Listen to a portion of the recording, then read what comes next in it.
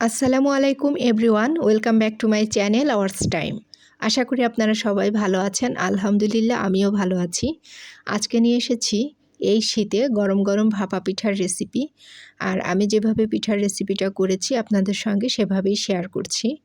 চলুন পিঠা প্রস্তুত করতে চলে যাচ্ছি। এখানে আমি আতপ চালের গুঁড়ো নিয়েছি, আর এর ভিতরে পরিমাণ মতো লবণ দিয়ে আমি হাত দিয়ে একটু নেড়ে চালের গুঁড়োর সঙ্গে মিশিয়ে নিচ্ছি। দিয়ে দিচ্ছি 1 কাপ পরিমাণ গুঁড়ো দুধ। আর এই গুঁড়ো দুধটা আমি ব্যবহার করেছি টেস্টের জন্য, এটা অপশনাল, না চাইলে আপনারা না দিলেও হবে। আর আরেকটা জিনিস করতে পারেন, এখানে আপনারা লিকুইড যে দুধটা আছে সেটা দিতে পারেন। আমি এখানে যেহেতু গুঁড়ো দুধ ব্যবহার করেছি এর জন্য পানি দিয়েই গুঁড়োটা রেডি করে নিচ্ছি। আর শাহি ফ্লেভারের জন্য এখানে 1 টেবিল চামচ পরিমাণ খাঁটি গাওয়া ঘি দিয়ে দিয়েছি। আর এই ঘিটা দিলে খুব সুন্দর একটি স্মেল আসে এবং টেস্টটাও অনেক গুণ বেড়ে যায়। এটা হাতে মাখানো হয়ে গেলে এখন আমি এটা একটি চালনির সাহায্যে একটু চেলে নিচ্ছি। আর এভাবে চেলে নিলেই প্রস্তুত হয়ে যাবে ভাপা পিঠার গুঁড়া।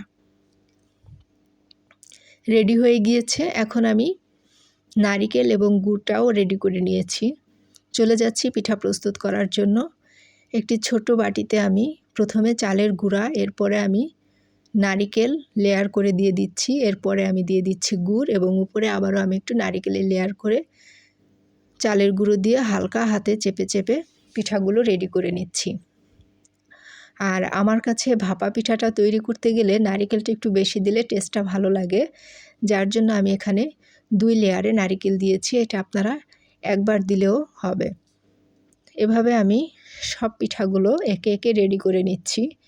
আর এই শীতের সময় ভাপা পিঠাটা খেতে এতটাই ভালো লাগে, বিশেষ করে আমার বাসার সবাই খুব পছন্দ করে, যার জন্য পিঠার রেসিপিটা আপনাদের সঙ্গে শেয়ার করছি। আর এখানে ঘি এবং গুঁড়ো দুধটা খুব সুন্দর একটি টেস্ট অ্যাড করবে।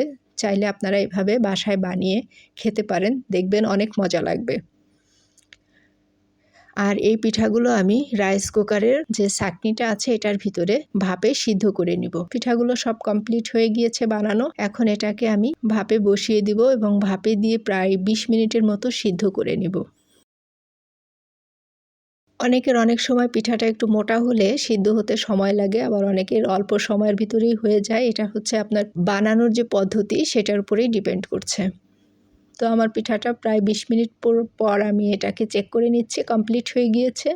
দেখতেই পাচ্ছেন। আর একটা সহজ পদ্ধতি হচ্ছে পিঠার উপরে হালকা চাপ দিলে যদি দেখেন যে ডেবে যায়, তাহলে ভাববেন পিঠাটি সিদ্ধ হয়নি। আমার এটা স্পঞ্জের মতো উপরে উঠে আসছে। পিঠাটা কমপ্লিট হয়ে গিয়েছে। এটাকে আমি একটি সার্ভিং প্লেটে সার্ভ করে নিয়েছি। আর এই পিঠাটি এতটাই মজা ছিল, অবশ্যই আপনারা এভাবে একবার ট্রাই করে খেতে পারেন। সবাইকেই ধন্যবাদ ধৈর্য ধরে ভিডিওটি দেখার জন্য।